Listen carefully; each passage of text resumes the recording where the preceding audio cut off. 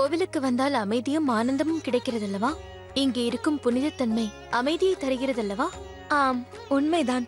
சக்தியின் பிறப்பிடமாக விளங்குகிறது. தண்ணீர், தண்ணீர், யாராவது தண்ணீர் கொடுங்கள். மிகவும் தாகமாக உள்ளது.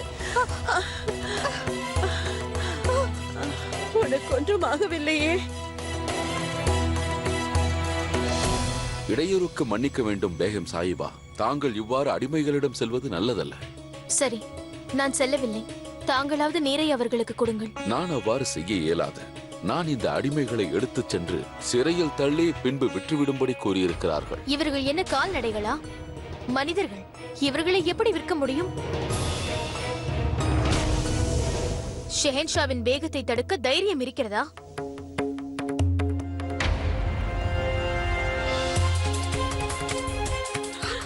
தண்ணீர், தண்ணீர்.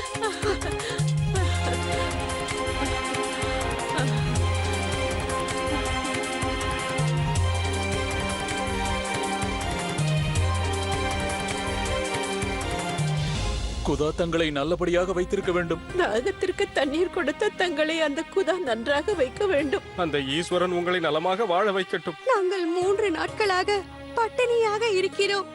உன்னை ஏதாவது தாருங்கள். இங்கு பாருங்கள். இவர்களை அழைத்து செல்வதற்கு முன்பு இவர்களுக்கு உணவளியுங்கள். பசியோடு இருக்கிறார்கள். இது என்னுடைய கட்டளை, புரிந்து கொள்ளுங்கள். தங்கள் கட்டளை நிறைவேற்றப்படும் உசோர். வாருங்கள்.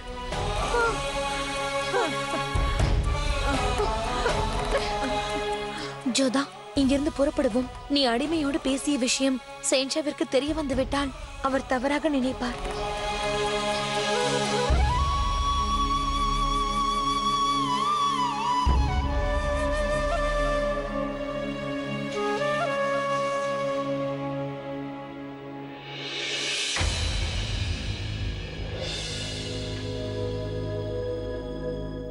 என்னவாயிற்று பேகம் சாஹிபா?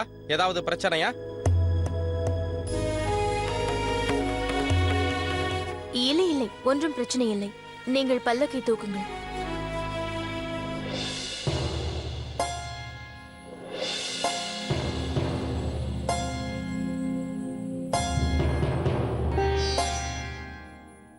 உன்னுடைய பேர் என்ன?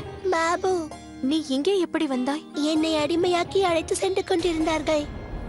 நான் இங்கு வந்து ஒளிந்து கொண்டேன். உன்னுடைய தாய் தந்தை எங்கே? இவர்கள் என் அன்னையை ஒரு சேட்டிடம் விற்று விட்டார்கள்.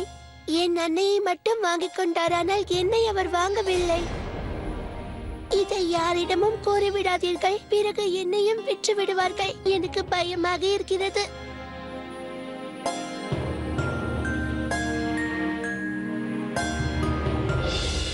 ஆனால் ஜோதா, இவனை நாம் இங்கு வைத்துக் கொள்ள முடியாது. இது அந்தப்புற விதிக்கு புறம்பானது. ஆனால் மனிதநேயம் விதிகளுக்கு புறம்பல்ல மோதி. இந்த சிறுவன் தன் தாயை விட்டு பிரிந்து அனாதையாகி விட்டான். இவனை மீண்டும் தனியாக எப்படி விடுவது? இவனுடைய தாயை தேடி கண்டுபிடிக்கும் வரையில், இவனுக்கு ஒரு பாதுகாப்பான இடம் கிடைக்கும் வரை நான் இவனை கைவிட மாட்டேன். சரி, உன்னுடைய விருப்பம். அப்படி என்றால் மகாராணி அவர்களுக்கும் உயர் அதிகாரிகளுக்கும் தெரிவித்து விடு. அப்போதுதான் உனக்கு இதில் எந்த பிரச்சனையும் வராது.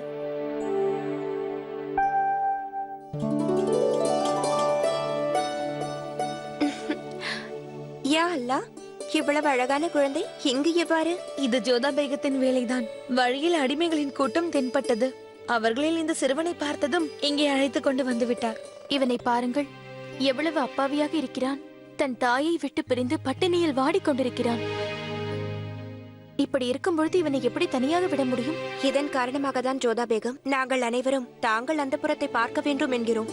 தங்களிடம் கருணை உள்ளது. தாங்கள் உணர்வுகளை புரிந்து கொள்கிறீர்கள், அதை கௌரவப்படுத்துகிறீர்கள். வேண்டாம் ருக்சார் பேகம், அந்த புற விஷயத்தில் தலையிட விரும்பவில்லை. அது என்னால் முடியாது. ருக்கையா பேகத்தின் உறவை நீங்கள் முறித்துக் கொள்ள விரும்பவில்லை, அதுதானே? அப்படியெல்லாம் ஒன்றுமில்லை. ஏதோ ஒரு விஷயத்திற்காக வருட கணக்கில் அவர் ஆற்றி வந்த பணியை குறை கூறக்கூடாதல்லவா? வருட கணக்காகவா? இல்லை பேகம் சாய்பா, பல வருடங்களாக அந்த புறத்தில் நடப்பது உங்களுக்கு தெரியவில்லை. உங்களை நான் கேட்டுக்கொள்கிறேன்.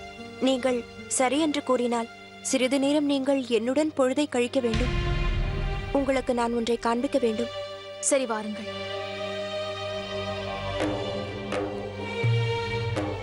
எங்கே அழைத்து செல்கிறீர்கள்? அந்த புறத்தின் இன்னொரு முகத்தை காண்பிக்க. அதை இன்று வரை நீங்கள் பார்த்திருக்கவே மாட்டீர்கள். புறப்படுங்கள் இங்கிருந்து. இன்னும் நிறைய வேலைகள் பாக்கி இருக்கின்றன. நீயும் தான். உனக்கு மட்டும் தனியாக கூற வேண்டுமா? ஆதாப் பேகம் சாஹிபா.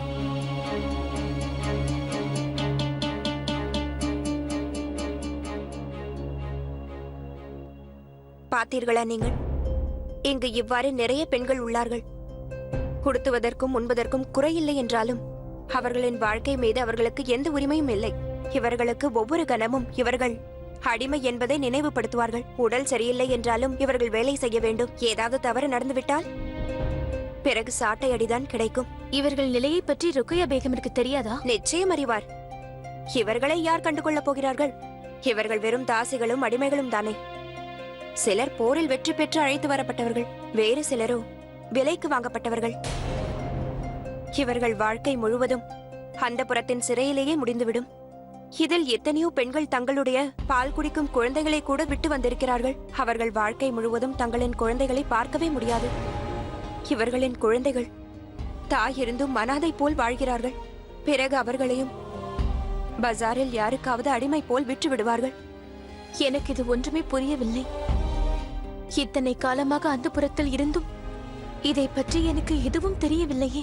நாங்கள் அனைவரும் கோருவது ஒன்றுதான். இந்த அந்தப்புறத்தின் பொறுப்பை தாங்கள் ஏற்க வேண்டும். இங்கே பாருங்கள், நிச்சயம் நான் உங்கள் எண்ணத்தை மதிக்கின்றேன். இருப்பினும் இந்த வேலையை என்னால் செய்ய முடியாது. ஒருவேளை நீங்கள் இந்த பொறுப்பை இன்று ஏற்காமல் மறுத்துவிட்டால் ருக்கையா பேகம் இன்னும் கொடுமைப்படுத்துவார். பிறகு யாரும் எப்பொழுதும் இங்கு மரியாதையோடு வாழ முடியாது. ஜோதா பேகம், இவர்களை பார்த்து உங்களுக்கு கருணை வந்ததல்லவா? இவர்களை பற்றி யோசியுங்கள்.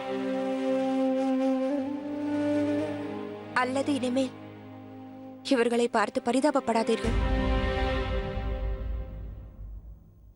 நான் சென்று வருகிறேன்.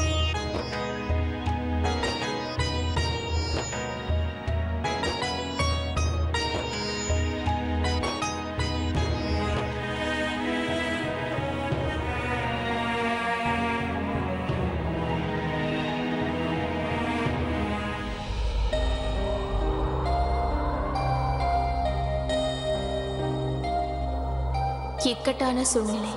என்ன செய்ய வேண்டும் என்று ஒன்றும் புரியவில்லை. ஒரு புறம் இவர்கள் என் மீது நம்பிக்கை வைத்து விசுவாசம் கொண்டுள்ளார்கள். இன்னொரு புறம் ருக்கையா பேகத்தை பகைத்துக் கொள்வதும் எனக்கு விருப்பமில்லை. நான் என்ன செய்வது?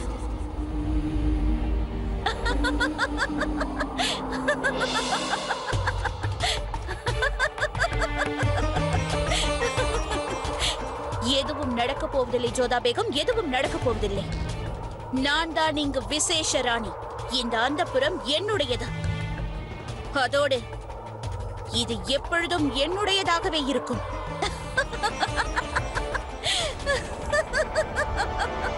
காப்பாற்றுங்கள் பேகம் சாஹிபா, காப்பாற்றுங்கள். மிகவும் தாகமாக உள்ளது. தண்ணீர்.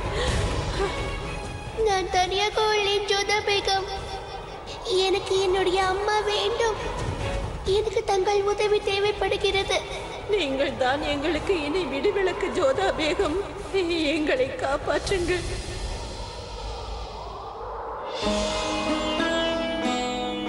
அம்மா தாயே, என்னை சுற்றி என்ன நடக்கிறது?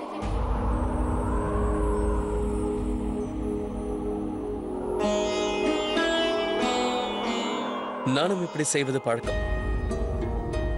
பதில் இல்லாத கேள்விகள் தோன்றும் போதெல்லாம் இங்கே வந்து அதற்கான பதிலை தேடுவேன். இது எனக்கு மிகவும் கடினமான சோதனை.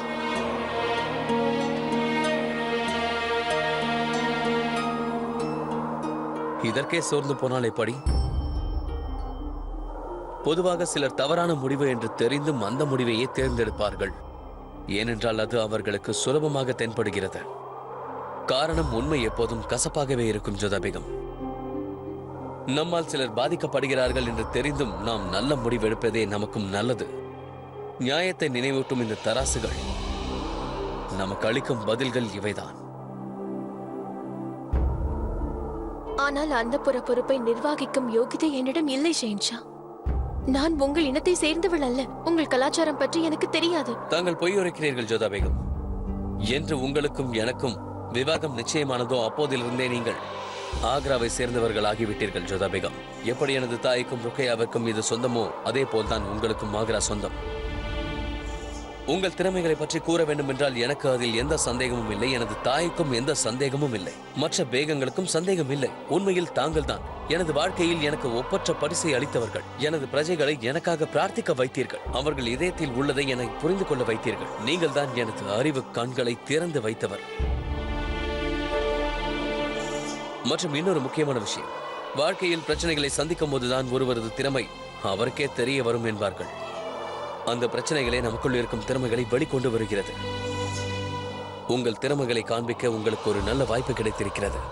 உங்களிடம் அறிவும் சாமர்த்தியமும் இருப்பதால் உங்களால் நன்கு ஆராய்ந்து ஒரு நல்ல முடிவை எடுக்க முடியும். ஆனால் இது அவ்வளவு சுலபமானதல்ல. எதுவுமே சுலபமானதல்ல ஜோதா பேகம். பிரஜைகளில் ஒருவராக இருப்பது சுலபம்தான். ஆனால் பேகங்களில் விசேஷமானவர் என்ற பெயரை வாங்குவது மிகவும் கடினம்.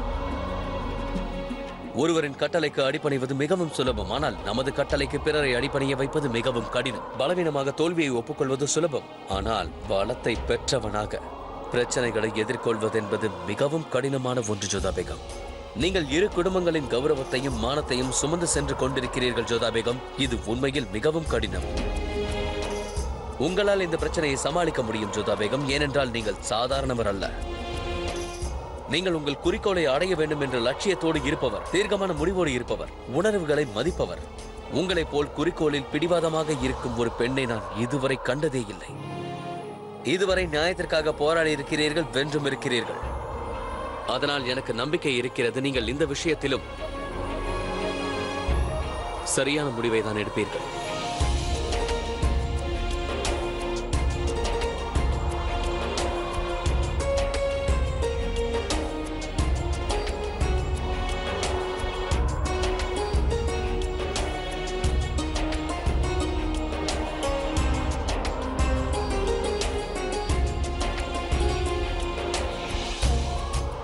இவ்வளவு கூறிய பிறகும் ஜோதா பேகம் அமைதியாக இருக்கிறார்கள்.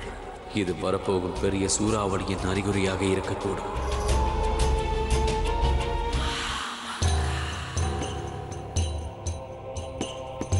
பேகம் ஜோதாவின் வேகத்தை பார்த்தாயா ரேஷம்? எவ்வளவு பதட்டமாக இருக்கிறார் பார். பாவம். அப்படித்தானே இருக்க முடியும். போட்டியிட்டது யாரோடு? பேகம் ருக்கையாவிடம் போட்டியிட்டால் பிறகு அனைத்து வழிகளும் மூடிவிடும். இனி இவர் உறக்கமில்லாமல் அலைவார். அங்கே அவர் நிம்மதியாக உறங்கிக் கொண்டிருப்பார். நீ ஒரு பிறவி முட்டாள் ரேஷம். தர்பாரில் தூங்கியவன் ஆட்சிழந்தான் என்று கேள்விப்பட்டதில்லை. இங்கே பேகம் ருக்கையா தன் நேரத்தை வீணடித்துக் கொண்டிருக்கிறாள். அங்கே பேகம் ஜோதா தன் பலத்தை வளர்த்து கொண்டிருக்கிறாள். எனக்கு ஏன் என்று தெரியவில்லை. என்ன தோன்றுகிறது என்றால் வரப்போகும் நேரம் பேகம் ருக்கையாவிற்கு எதிராக இருக்கும் என்று. ஹோஷியார், இன்று நான் நன்றாக உறங்க வேண்டும். என்னை எழுப்புவதற்கு முயற்சி செய்யக்கூடாது. நாளை காலை நான் மலர்ந்த ரோஜாவை போல் அழகாக இருக்க வேண்டும். நிச்சயமாக பேகம் அவர்களே, இந்த அடிமை தங்களை சிரித்த முகத்துடன் பார்க்கவே விரும்புகிறேன். அது மட்டுமல்ல, தாங்கள் கோபத்தோடு இருந்தால் முதலில் ஆபத்தில் சிக்குவது நான் தான் அல்லவா? சரி, நீ விளக்கை அணைத்து விடு. நான் உறங்கப் போகிறேன். அப்பொழுதுதான் எனக்கு எதிராக செயல் புரிந்த அவளின் துவண்ட முகத்தை பார்ப்பதற்கு நன்றாக இருக்கும்.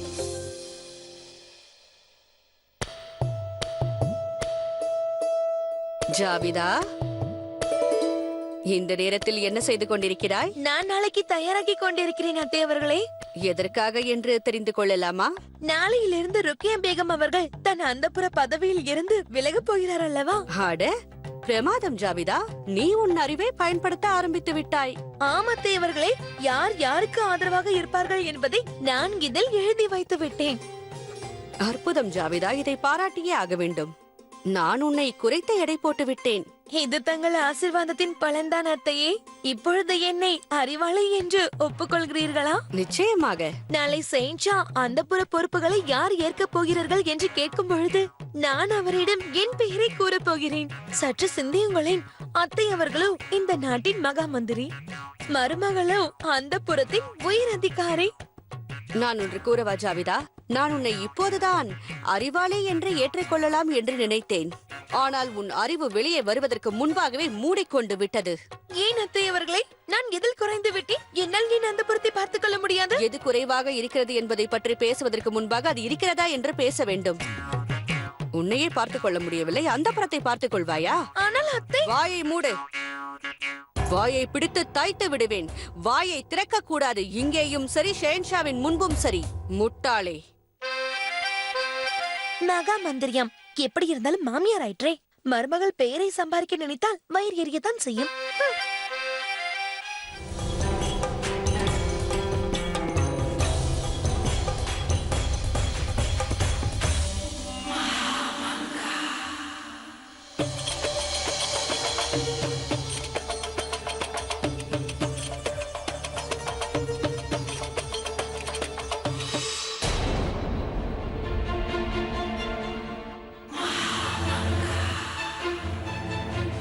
பார்த்து கொண்டே இருங்கள் பேகம் ருக்கையா. எனக்கு முழு நம்பிக்கை உள்ளது. நீங்கள் இன்று அந்த புறத்தின் நிர்வாகத்தில் தங்கள் ஆதிக்கத்தை மட்டும் நிரூபிக்காமல் பேகம் ஜோதாவையும் தோற்கடிக்கப் போகிறீர்கள். இங்கிருக்கும் யாருக்கும் உங்களோடு போட்டி போடும் தகுதி இல்லை. வாழ்த்துக்கள். மிக்க நன்றி. விசேஷ பேகத்தை எதிர்க்கும் துணிச்சல் இங்கு ஒருவருக்கு கூட இல்லை. எச்சரிக்கை! இந்துஸ்தானின் சக்கரவர்த்தி மாண்புமிகு பாட்ஷா அவர்கள், ஜலாலுதீன் முகமது அவர்கள் வந்து கொண்டிருக்கிறார்.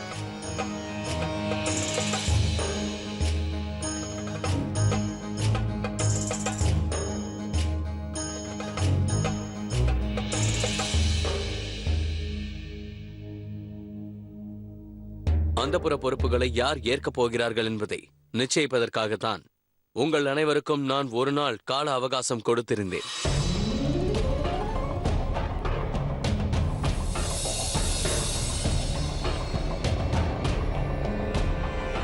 ருக்கையா பேகம் தயாராக இருக்கிறார். கூறுங்கள். அந்தப்புற பொறுப்புகளை ஏற்க வேறு யாராவது தயாராக இருக்கிறீர்களா?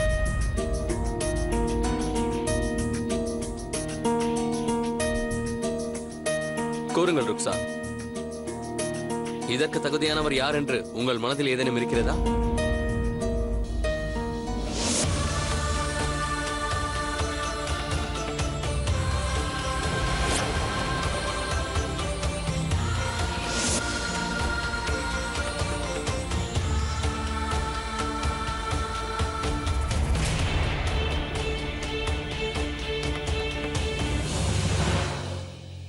அந்த பொறுப்பை ஏற்பதற்கு நான் தயாராக உள்ளேன் ஷென்ஷா.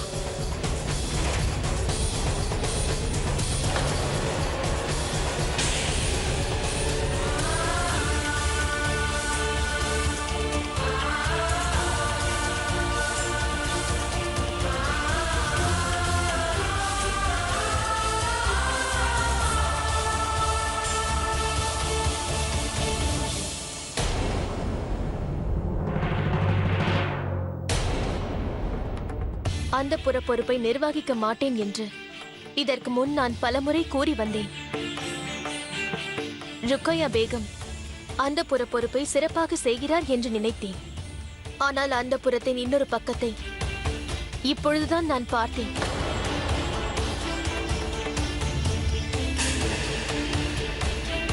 இது கடவுளின் விருப்பமாக கூட இருக்கலாம். அது எனக்கு தெரியாது. எனக்கு தோன்றியது, நானும் அந்த புறத்தில் தான் இருக்கிறேன். நானும் ஷெஹன்ஷாவுடைய பேகம் ஆவேன். அதோடு வீட்டை சுத்தம் செய்வது குடும்பத்தினரின் கடமையாகிறது. அதனால் அந்த புறத்தை நிர்வகித்து வரும் ருக்கையா பேகம் அவர்களுக்கு நான் போட்டியாக வருவதற்கு தீர்மானிப்பதாக இந்த சபையில் கூறுகிறேன்.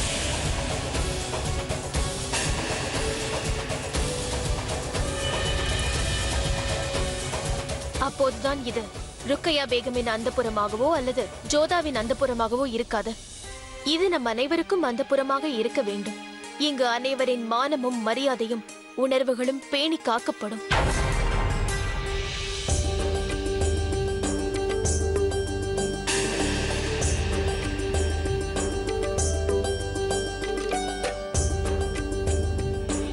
அப்படி என்றால் சரி. அந்த புறத்தில் இருக்கும் அனைவருக்கும் அவர்களுடைய தலைவியை தேர்ந்தெடுக்கும் உரிமையை வழங்குகிறேன். அந்த புறத்தின் விதிமுறையின்படி 4 நாட்கள் கழித்த பிறகு பொறுப்புகளை யார் ஏற்பார் என்று முடிவெடுக்கப்படும்.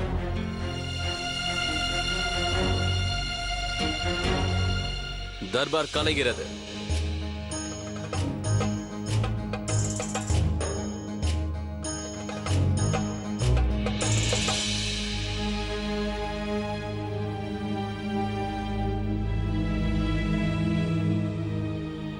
என்ன பேகம் ருக்கையா, இப்போதாவது ஏதாவது செய்வாயா? நீ செய்துதான் ஆக வேண்டும். ஏனென்றால் பேகம் ஜோதாவை குறைவாக எடை போடுவது அறிவீன செயலாகும். ஏனென்றால் பேகம் ஜோதா மக்களின் இதயத்தில் உன்னதமான ஸ்தானத்தை அடைந்து விட்டாள்.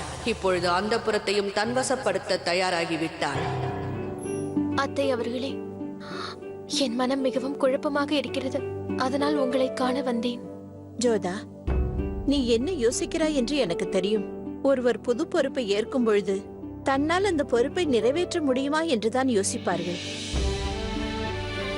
அங்கு பார், இறைவனடி சேர்ந்த பாட்ஷா ஹுமாயூன் ஷேஷாசூரியிடம் தோற்று போன பிறகு நாங்கள் வீதிக்கு வந்துவிட்டோம். அப்பொழுது பாதுகாப்பான இடத்திற்கு சென்று விடும்படி அவர் என்னிடம் கூறினார். நான் அவருடனே இருக்க வேண்டும் என்று நினைத்தேன். சுகங்களை மட்டுமே அனுபவிக்கும் பேகங்கள் சரித்திரத்தில் கலந்து விடுகிறார்கள். கடினமான சூழ்நிலையை எதிர்கொள்ளும் பேகங்கள் தான் சரித்திரத்தை மாற்றி அமைக்கிறார்கள். நான் உன்னை நம்புகிறேன் ஜோதா. நீ சரித்திரத்தை மாற்றி எழுதுவாய் என்று. உன்னை யாரும் தனியாக விட்டுவிடவில்லை. உனது அத்தை உன்னோடு துணையாக இருப்பாள். மற்ற பேகங்களும் உனக்கு துணையாக இருக்கிறார்கள். இப்பொழுது ஜலாலும் உன்னை புரிந்து கொண்டுள்ளான். உனது நம்பிக்கையின் காரணமாக எங்கள் அனைவரின் துணையோடு நிச்சயம் நீ வெற்றி பெறுவாய். அந்த நம்பிக்கை எனக்கு நிறைய இருக்கிறது. மிக்க நன்றி அத்தை. நான் முன்பெல்லாம் கலங்கி நிற்கும் போது என் அன்னையிடம் செல்வதுண்டு. அவரிடம் சென்ற பிறகு எனக்குள் புது நம்பிக்கையும் புது சக்தியும் பிறக்கும். இன்று அதே நம்பிக்கையும் அதே சக்தியும் உங்களிடமிருந்து எனக்கு கிடைத்திருக்கிறது அத்தை.